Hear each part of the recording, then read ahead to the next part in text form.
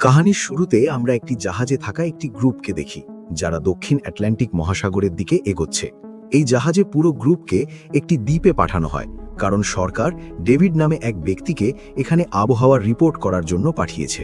এখানে তাকে 1 বছরের জন্য থাকতে হবে এবং প্রতিদিন আবহাওয়ার ডেটা সরকারকে রিপোর্ট করতে হবে। ডেভিডের কাজ হলো এই দ্বীপে থেকে আবহাওয়ার তথ্য সংগ্রহ করা এবং তার রেকর্ড করা। কিছুক্ষণ পর তারা নৌকায় করে সেই দ্বীপে পৌঁছায়। ডেভিডকে 1 বছরের জন্য খাবার, পানি এবং বেঁচে থাকার জন্য প্রয়োজনীয় সব জিনিসপত্র সরবরাহ করা হয়। এই দ্বীপে দূর দূরান্তে কোনো মানুষের বসতি নেই, এখানে কোনো পাখি নেই, কোনো মানুষ নেই।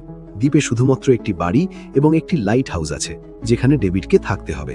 কারণ আগে এখানে রবার্ট নামের একজন আবহাওয়াবিদ দায়িত্বে ছিলেন এবং এখন তার দায়িত্ব শেষ হয়ে গেছে। তাই ডেভিডকে এখানে 1 বছর ধরে আবহাওয়ার রিপোর্ট পাঠাতে হবে। তবে যখন পুরো গ্রুপ বাড়ির ভেতরে প্রবেশ করে, তারা চমকে যায়। বাড়িতে কোনো মানুষের চিহ্ন নেই। পুরো বাড়ির জিনিসপত্র এমনভাবে ছড়ানো ছিল যেন এখানে কেউ বছরের পর বছর বসবাসই করেনি। এই দৃশ্য দেখে ডেভিড ক্যাপ্টেনকে বলে যে তাদের লাইট হাউসে গিয়ে দেখতেই হবে, কি হয়তো সেখানে কেউ থাকতে পারে। কিন্তু যখন তারা লাইট হাউসে পৌঁছায়, চারপাশে কাঠ দিয়ে সব ঘর বাঁধা ছিল, যেন কেউ ইচ্ছেকৃতভাবে লাইট হাউসের দরজা বন্ধ করে দিয়েছে, যাতে কেউ ভিতরে প্রবেশ করতে না পারে। ক্যাপ্টেন অনেকবার দরজায় কড়া করে আঘাত দেন, কিন্তু ভেতর থেকে কোনো সাড়া আসে না। ডেভিড দরজায় ধাক্কা দিয়ে দরজা খুলে দেয়। লাইট হাউসের ভেতরে তারা এক ব্যক্তিকে পায় যার নাম গ্রুনার। যখন ক্যাপ্টেন তাকে এই দ্বীপের পুরনো আবহাওয়াবিদ সম্পর্কে প্রশ্ন করে, গ্রুনার জানায় যে তিনি ইতিমধ্যেই মারা গেছেন। তিনি সমুদ্রে মাছ ধরতে গিয়েছিলেন কিন্তু আর ফিরে আসেননি, সম্ভবত সমুদ্রে ডুবে মারা গিয়েছেন। ডেভিড এবং ক্যাপ্টেন দুজনেই ভয় পেয়ে যান। ক্যাপ্টেন ডেভিডকে বলে যে যদি সে এখানে থাকে তার জীবন ঝুঁকিতে পড়তে পারে। যদি সে চায় তারা তাকে সঙ্গে নিয়ে ফিরতে পারে। কিন্তু ডেভিড পরিষ্কারভাবে অস্বীকার করে। সে বলে, এটি আমার দায়িত্ব এবং আমি এটি শেষ না করা পর্যন্ত যাব না। ক্যাপ্টেন তাকে নিরাপদ রাখার জন্য একটি পিস্তল দেন। তারপর পুরো গ্রুপ ফিরে যায়। ডেভিড বাড়ির ভেতরে ছড়িয়ে থাকা সব জিনিস ঠিক করে নিজের জন্য থাকার জায়গা তৈরি করে। তারপর একটু বিশ্রাম নেয়। একসময় সে একটি ডায়েরি খুঁজে পায় যা আগের আবহাওয়াবিদের ছিল। এই ডায়েরিতে দ্বীপ সম্পর্কে অনেক কিছু লেখা ছিল। ডেভিড ডায়েরি পড়তে থাকে এবং সেখানে অনেক অদ্ভুত প্রাণীর ছবিও দেখতে পায়। এই প্রাণীগুলি সাধারণ প্রাণীর মতো নয়। এটি দেখে ডেভিড বিভ্রান্ত হয়ে যায়।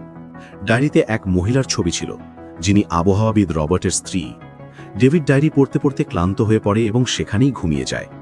পরের সকালে ডেভিড সমুদ্রের কাছে আবহাওয়ার ডেটা সংগ্রহ করতে আসে। সে কিছু অদ্ভুত আকারের পাথর দেখে। এর পাশে অনেক সি শেল পড়ে আছে। ডেভিড মনে করে সম্ভবত এগুলো আগের আবহাওয়াবিদ তৈরি করেছেন।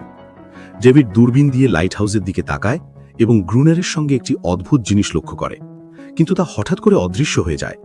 সে আবার দেখে, কিন্তু সেখানে কিছু নেই। রাতে ডেভিড বাড়িতে থাকাকালীন সে দরজার কাছে কোনো আওয়াজ শুনতে পায়। ডেভিড নাম ধরে ডাকে, মিস্টার গ্রুনার, তুমি কি সেখানে?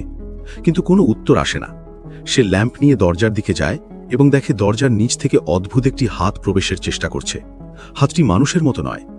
ডেভিড দ্রুত বেসমেন্টে গিয়ে লুকিয়ে পড়ে। সেই অদ্ভুত সত্তা বাড়ির মধ্যে ঢুকে পড়ে। সে পুরো বাড়ি ঘুরছে। ডেভিডের হুলস্থুল শুনে সত্তা বেসমেন্টের ওপর আসে এবং তাকে দেখলে ডেভিড তার ছুরি দিয়ে চোখে আঘাত করে। সত্তা তখন পালিয়ে যায়।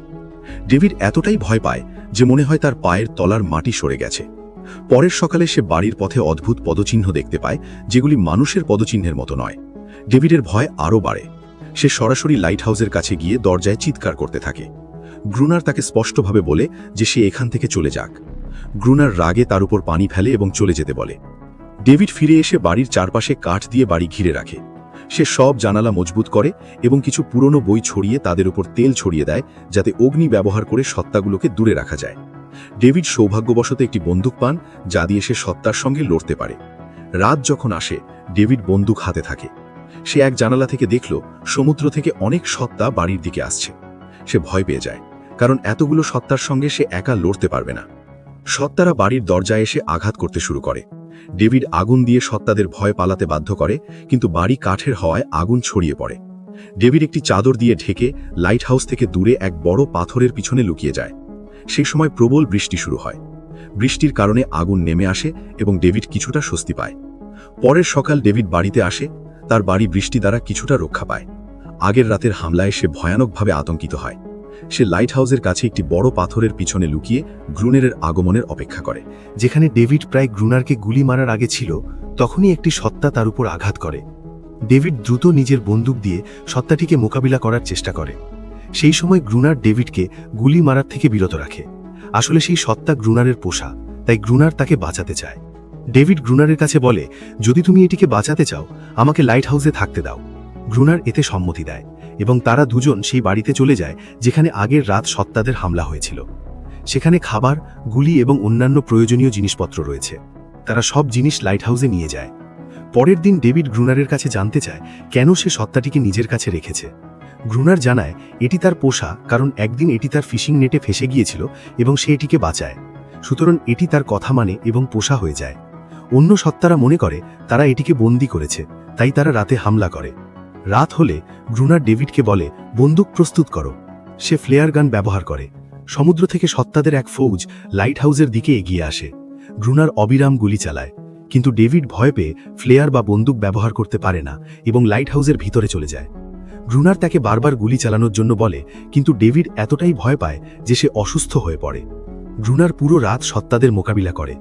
পরের সকাল সে ডেভিডকে ছিটিয়ে জাগায় এবং বলে, যদি তুমি লাইট হাউসে থাকতে চাও সত্তাদের মোকাবিলা করতে হবে, না হলে তুমি এখানে থাকতে পারবে না এবং আমাকে সাহায্য করতে হবে।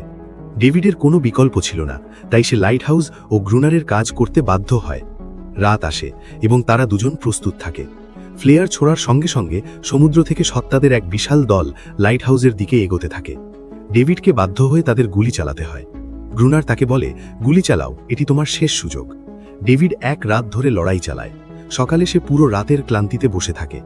পরবর্তী কয়েক মাস ধরে ডেভিড প্রতিদিন লাইট হাউসের কাজ করত এবং রাতে সত্তাদের সঙ্গে লড়ে। ডেভিড ক্লান্ত হয়ে পড়ে এবং বের হয়ে যেতে চায়। সময়ের সঙ্গে সঙ্গে সে সত্তাটির প্রতি মমত্ব অনুভব করতে থাকে, কারণ গ্রুনার এটিকে খুব কষ্ট দিয়ে নিয়ন্ত্রণ করে। ডেভিড তার সঙ্গে বন্ধুত্ব গড়ে তোলে এবং নাম দেয় অ্যানারিস। এক রাত ডেভিড ও গ্রুনার চেস খেলার মধ্যে মগ্ন থাকে। তারা লাইট হাউসের লাইট অন করা ভুলে যায়। এর সুযোগে সত্তাদের দল লাইট হাউসের দিকে এগোতে থাকে। তারা দুজনও তাদের ওপর গুলি চালায়, কিন্তু এইবার সত্তাদের সংখ্যা দ্বিগুণ বেড়ে গেছে। তাদের কাছে গুলি প্রায় শেষ। ডেভিড ও গ্রুনার লাইট হাউসের উপরে লুকিয়ে থাকে। সময়ের সঙ্গে সঙ্গে সূর্য ওঠে এবং সব সত্তা লাইট হাউস থেকে পালিয়ে যায়। পরের সকালে ডেভিড সমুদ্রের পাশে বসে থাকে। দূরে একটি জাহাজ দেখতে পায়। ডেভিড দ্রুত লাইট হাউসের দিকে ছুটে যায় ফ্লেয়ার নিয়ে, কিন্তু গ্রুনার তাকে রোধ করে। সে চায় না যে ডেভিড মানুষের বসতিতে ফিরে যাক। গ্রুনার নিজেই এই দ্বীপের মালিক হয়ে গেছে। জাহাজটি ধীরে ধীরে অদৃশ্য হয়ে যায়। ডেভিড দুঃখিত হয়। সময় পেরিয়ে যায়। ডেভিড এন্ড্রিসের দিকে মমত্ব দেখেও গ্রুনার তাকে মারধর করতে থাকে এবং কাজ করায়। একদিন ডেভিড একটি খেলনা নৌকা দেখায়, যা দেখে এন্ড্রিস তাকে একটি স্থানে নিয়ে যায় যেখানে একটি বড় নৌকা মাটির মধ্যে লুকানো ছিল। ডেভিড গ্রুনারকে জিজ্ঞেস করে, এই নৌকা এখানে কেন আছে? গ্রুনার জানায় সে এটি আগে জানত, কিন্তু ডেভিডকে জানায়নি। যদি ডেভিড এখান থেকে বের হয়ে যেত, সে সমুদ্রের মাঝে মাছের শিকার বা ক্ষুধায় মারা যেত। গ্রুনার ডেভিডকে একটি ডাইভিং স্যুট দেখায়। ডেভিড বলে, আমি এটি পরে সমুদ্রে যেতে পারি এবং কিছু জিনিস সংগ্রহ করতে পারি যা দিয়ে আমরা সত্তাদের মোকাবিলা করতে পারি, কিন্তু গ্রুনার তাকে নিষেধ করে। সময় কেটে যায়। ডেভিড ও এন্ড্রিসের বন্ধুত্ব আরও বাড়ে। গ্রুনারের মধ্যে ডেভিডের প্রতি দেশ জন্মায়।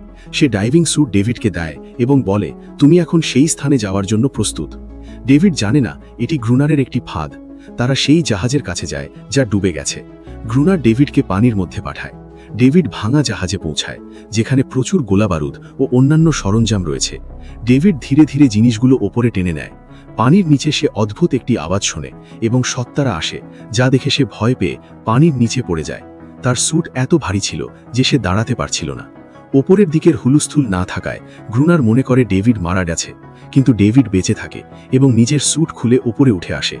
বাড়িতে এসে তারা দেখতে পায় তাদের কাছে থাকা বাক্সগুলোতে প্রচুর ডায়নামাইট ছিল। ডেভিড ও গ্রুনার লাইট হাউসের চারপাশে ডায়নামাইট স্থাপন করে। যখনই সত্তারা হামলা করবে, তারা বিস্ফোরণ ঘটিয়ে তাদের সংখ্যা কমাতে পারবে। 3 সপ্তাহ কেটে যায়। তারা প্রতিদিন ফ্লেয়ার ছুটতে থাকে, কিন্তু কোনো সত্তার দেখা মেলে না। পরিস্থিতি দেখে তারা প্ল্যান বি তৈরি করে। লাইট হাউসের দরজা খোলা রেখে দেয়, যাতে সত্তারা আসলে ডায়নামাইটে ধ্বংস হয়। তারা অপেক্ষা করে, কিন্তু কোনো সত্তা আসে না। গ্রুনার এন্ড্রিসকে লাইট হাউসের উপরে নিয়ে যায় এবং তাকে গান গাইতে বলে। এন্ড্রিস গান গাইলে সমুদ্র থেকে সত্তাদের দল লাইট হাউসের দিকে এগোতে থাকে। গ্রুনার ডায়নামাইটের লিভার চাপায়, কিন্তু বিস্ফোরণ হয় না। ডেভিড 2টি সংযোগ বন্ধ করেছিল। ডেভিড পুনরায় সংযোগ চালু করে লিভার চাপায়। বড় বিস্ফোরণ ঘটে। গ্রুনারও অন্য লিভার চাপায়। সত্তারা তোড় পড়ে মারা যায়। পরের সকাল তারা অচেতন অবস্থায় পড়ে থাকে। লাইট হাউসের চারপাশে সত্তাদের অনেক মৃতদেহ পড়ে আছে, কিন্তু এনরিস কোথাও নেই। কয়েকদিন পরে ডেভিড লাইট হাউসে থাকা কিছু জিনিসপত্র দেখছিল। তখন সে একটি ছবি খুঁজে পায়। ছবি দেখে সে অবাক হয়ে যায়, কারণ প্রথম দিন যখন ডেভিড সেই বইয়ে একটি মেয়ের ছবি দেখেছিল, সে কেউ এবং অন্য কেউ নয়, গ্রুনারের স্ত্রী ছিল। এটি দেখে ডেভিড বুঝতে পারে যে যার সঙ্গে সে থাকা সে আসলে অফিসার রবার্ট, যিনি নিজের পরিচয় লুকিয়ে গ্রুনার নামে পরিচিত হয়েছেন। পরের দিন ডেভিড সমুদ্রের ধারে যায়। সেখানে সে সত্তাদের একটি শিশু দেখতে পায়। সেই মুহূর্তে এনরিস এবং তার সব সঙ্গীও সেখানে পৌঁছায়। তখন গ্রুনার গুলি নিয়ে তাদেরকে মারার চেষ্টা করে, কিন্তু ডেভিড তাকে রোধ করে এবং বলে, গুলি ছুড়ো না। গ্রুনার এনরিসকে লাইট হাউসে প্রবেশ করতে বলে, কিন্তু এবার এনরিস চুপ থাকে এবং প্রবেশ করতে অস্বীকৃতি জানায়।